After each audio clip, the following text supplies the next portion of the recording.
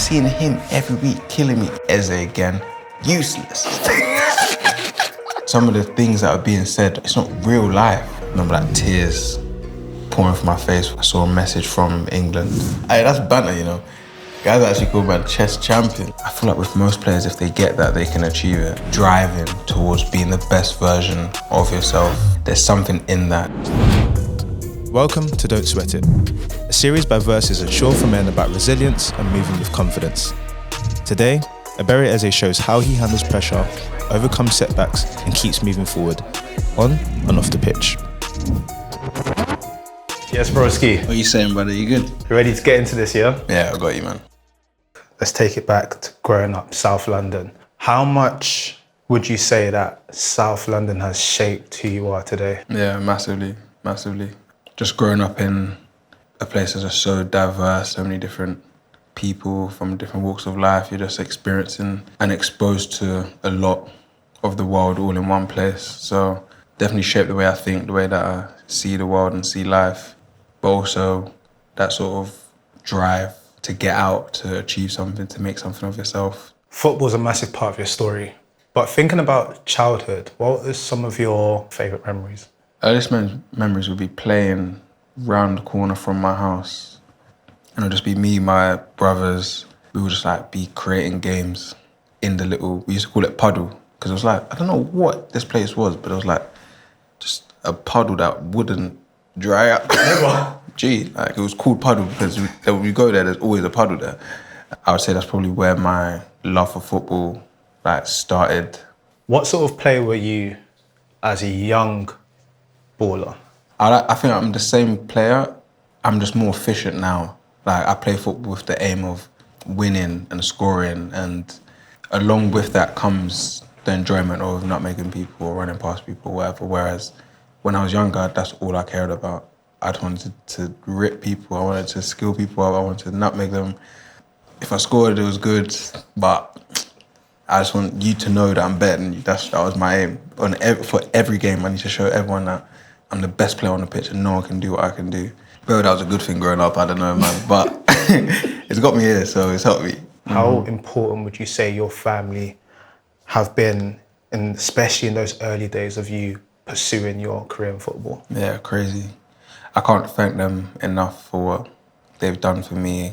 Before I even understood what was good for me, they were putting things in place and always sacrificing themselves, always trying to put me first to help me on this journey. My mum was driving on motorways. Like when I got released, I think I was on trial at like Southend or something. My mum, she's not on the driving thing. She don't want to drive. But my dad's at work. She's driving to Southend on the motorway. She's going like 40 miles. I'm like, we're gonna be more than late, bro. This doesn't even make sense at this point. I can't explain what my parents have done. When I speak to them about it, I'm like, why were you doing this? They don't understand why they were doing it. Ask them, did you know that there was money in football? No, we didn't know you got paid until I got to QPR. I'm a big man at that point. So like, they didn't really even understand what they were doing, but they knew that's what we wanted to do. They knew that we wanted to play, so they were just trying their best. So I'm forever in debt to my parents, my siblings, just the love that was shared despite difficulties. Even though your parents had a lot of sacrifice, you as a young person had to sacrifice a lot. What were the things you were having to sacrifice at a young age to become the professional you are today? This is probably the first time I've actually clocked it. I actually sacrificed my whole schooling completely, really, without knowing. At the time, I thought I was just doing what was right and going to school and whatever. But I'll be honest, at that point, football was it. Me leaving school, we're doing half day. I know I'm not even getting the education I should be getting because we're preparing for an exam, but I've got training. So it's like, okay, this ball thing has to work really and truly. I think that's probably the moment when I clocked okay, cool. We got to put all our eggs in this one still. Because of football and what I wanted to achieve, I could see that a lot had to achieve this and to be in this position, a lot has to be sacrificed, man. Being in an academy and training, having a structure and discipline outside of school, it definitely made it easier to say no to a whole bunch of stuff because I've got training and I've got a match or I've got this or whatever. So yeah, friendships, you know that they're maybe not fruitful, they're not the avenue that you can take if you're trying to pursue this football thing. So yeah, relationships is probably the next biggest sacrifice. You can't go to certain parties, you can't do certain things. Although I tried. But it just would never work out because you know that if something's not in line with the desire that you have, the goal that you're trying to achieve, then if you do anything that deviates from that, it's you that's accountable for that, and you have to understand that. So, and I feel like I had that from a young age. If this isn't in line with what I want to do, then leave me out of it.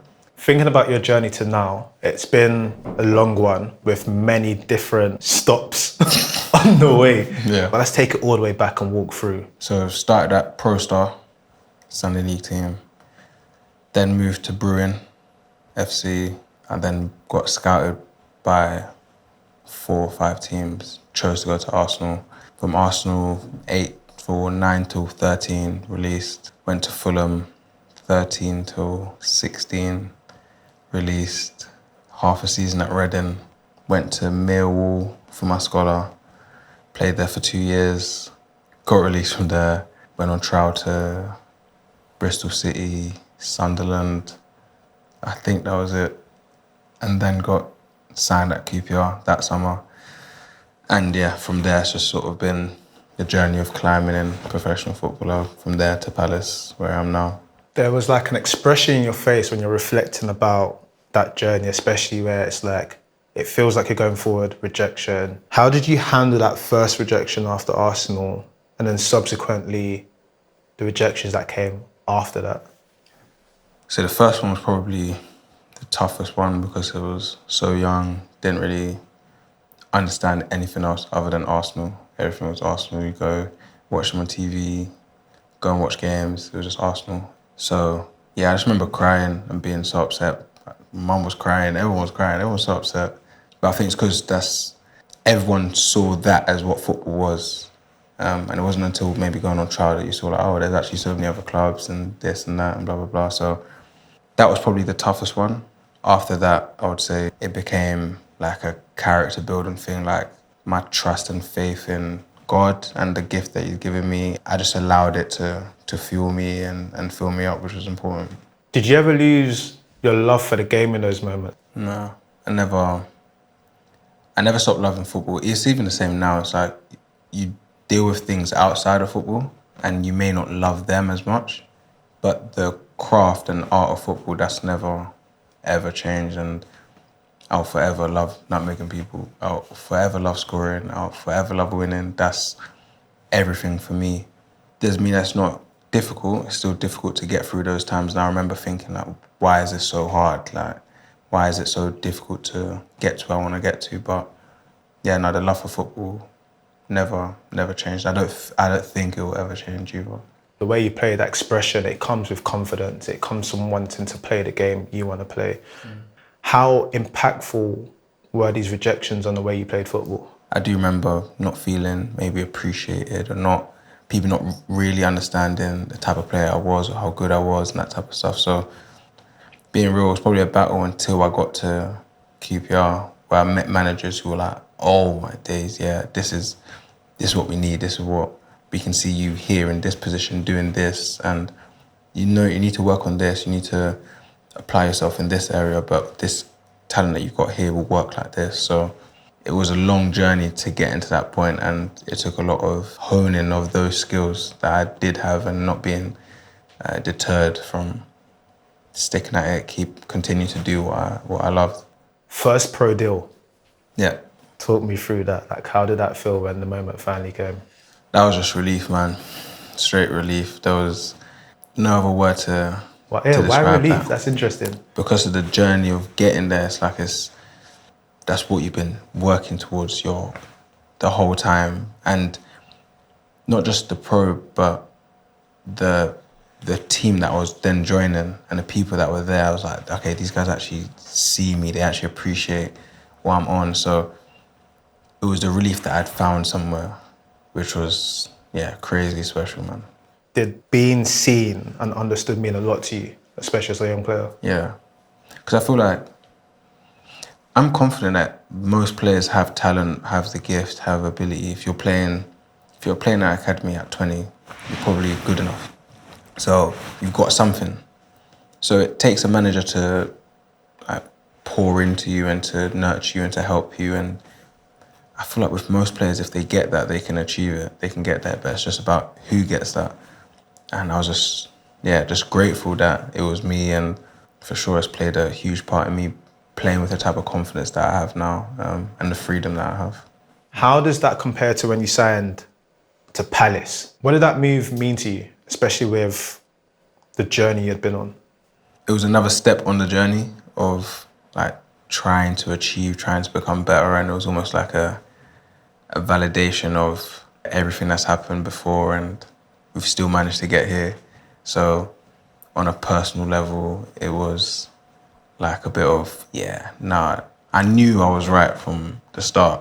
This is just confirmation of that, and the aim is to continue. That's always been, it's part of the journey. That's the way I see it. How do you think your mentality has adapted throughout not just your career, but your life? I think my mentality has shifted massively. Just a more experience and better perspective, because it is crazy. There's a lot going on, and if you haven't got a firm foundation, then it is difficult to manage. But I feel like, as I've grown and matured, I've learned to enjoy this and to appreciate everything that I have. Injuries are an occupational hazard Yeah. of playing football, right? Thinking back to 2021, that Achilles injury was a big moment. It's a big chapter within your story. Mm-hmm. Mentally, what were you going through? How did you feel? I think being injured is always tough, because you're managing your identity in that sense, because you're known as Ebere the footballer, and when you go out, it's Ebere the footballer that people are seeing. So for me, managing that was a bit difficult. It wasn't until I started to, again, this is part of the maturing and understanding who I am, who I really am. It was only then that I started to, okay, I can manage this a bit better, I can go for it. But at the time, it's tough, man, because you're looking outside. The one thing that you know, that people know you for, and you know yourself for at this point, is playing football, but you can't do it. And you're just going in the gym, you're watching sessions, you're doing this. So it's definitely a difficult period, a lonely period. Talk me through what happened that day of the injury. It's a normal day of training. We're playing small-sided games, and someone passed me the ball, I go to control it, and then push off to run with it. It feels like someone kicks me in the back of my leg. Turn around, no one's there. You know something bad has happened. Doctor took me into the physio room. He told me that it was ruptured. I sort of didn't believe it. I was like, nah, it's not, like, surely, like, man, I can still do this and that. He's like, yeah, nah, it's ruptured, man. Remember, like, tears pouring from my face for a little while, and then going inside to call my missus, my mum and all that, and I saw a message from England at that time saying that you're part of the provisional for England seniors. And yeah, I've spoken about this before, but for me that was like confirmation of, don't stress. Like, you're on the journey, you're on the trajectory, you're gonna get there. It's just, this is something you have to hold for now. So I took mad confidence from that, but the day itself was, it was tough. It was a tough one. Something that happens a lot within football is scrutiny, particularly from social media. What's been your own personal experience of social media as someone who's in the public eye? I feel that's been sort of a journey of learning how to handle, how to manage it. I went from obviously being young, playing professional football and getting a lot of attention and not knowing how to really handle it and how to process it, how to perceive all of that. Now it's a lot easier because you sort of see it for what it is. Before, you're going from, scroll after the game, I'm just typing in Eze, QPR, scrolling, finding out what are they saying about me? What's Sky Sports go, these might think I play dead. Oh, okay, cool. And you're dealing with that. So for me, I've gone from one end of the spectrum where it's like I'm fully immersed in it and I've watched that affect me as a player and how I'm playing football at the weekend, to now where I don't have any of it. And for me, man, peace of mind is everything. You can get lost in social media and people's opinions and these things, whereas that's why now I take mad joy in just like, I actually don't know what he said about me, but doesn't actually matter what he said about me. I'm doing my thing, and that's as far as it goes now. But it's definitely a journey. What's one comment that you read once that just made your head? One comment. I've seen some mad comments, G. I remember there was a guy at QPR, yeah, because he was killing me, bro, every week. And the thing is, I'm there every week as a 19, 18-year-old typing in my name like a clown. I'm seeing him every week killing me. Eze again, useless. in all caps. Bro, Eze again, useless, exclamation point. Bow. Scroll through a man's page, I'm just seeing him. Like, bro, he's working these. And you know how mad that is? Like, the amount of times that I clicked on that guy's page, I'm like, I need to find him. I need to find him. And I need to say, would you say that's my face? But like, that's me being young, innit? That's me being young. And the funny thing is, you realize that some of the things that are being said aren't like, it's not real life. It's not real life. Like, and then I'm also seeing from the same guy when I'm moving, he's like, oh, Eze, I always knew he was going to be something. Always knew he was going to achieve great things, all of this. But that's the world that is, isn't it? So for me now, I've learned and understood now, taking it serious is the problem. Beyond Football, one thing that I know you're very proud of is your personal foundation, which is doing amazing things. Why did you start the foundation? So we started the foundation, me and my brothers, my whole family, to be fair. We've started it because I feel like we want to give as much as we possibly can. We know that exposing the younger generation to life beyond being a footballer, being a rapper or whatever, like there's so much that you can do and so much that you can achieve and job roles that you've never even heard of but would be perfect for you. So yeah, that's the mission of the foundation. I'm gonna say one word to you. Chess. Stop. Champion. Talk to me though, because a chess champion, like what does chess mean to you? Hey, that's banter, you know. Guys actually call man chess champion. Well, you won. I don't even know what to say about that, man. I'll be real, I just like chess. Like I said, I've been playing for 2 years. And yeah, it's just something that my brother, again, Michael Elise, they put me on. They just got me started. I would play a game against them, just be losing all the time, getting smoked. To then learning, going on YouTube, figuring out how to do openings and this and that. So yes, it's crazy, but that's a part of me that I enjoy outside of football.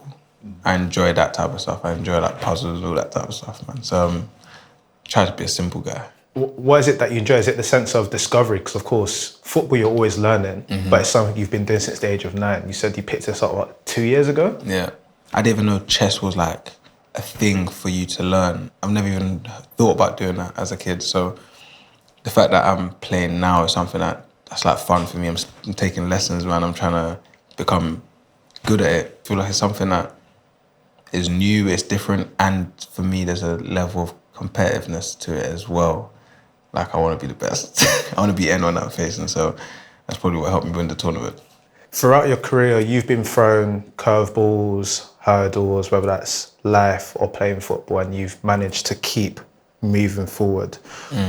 What one piece of advice would you have for anyone that wants to do the same? I'll say be relentless in your pursuit of whatever it is you want to achieve. There's something in that. There's something in working at a craft non-stop and driving towards being the best version of yourself and maximizing whatever potential it is that you have, having that desire, having that passion, and just like relentlessly driving towards it, man.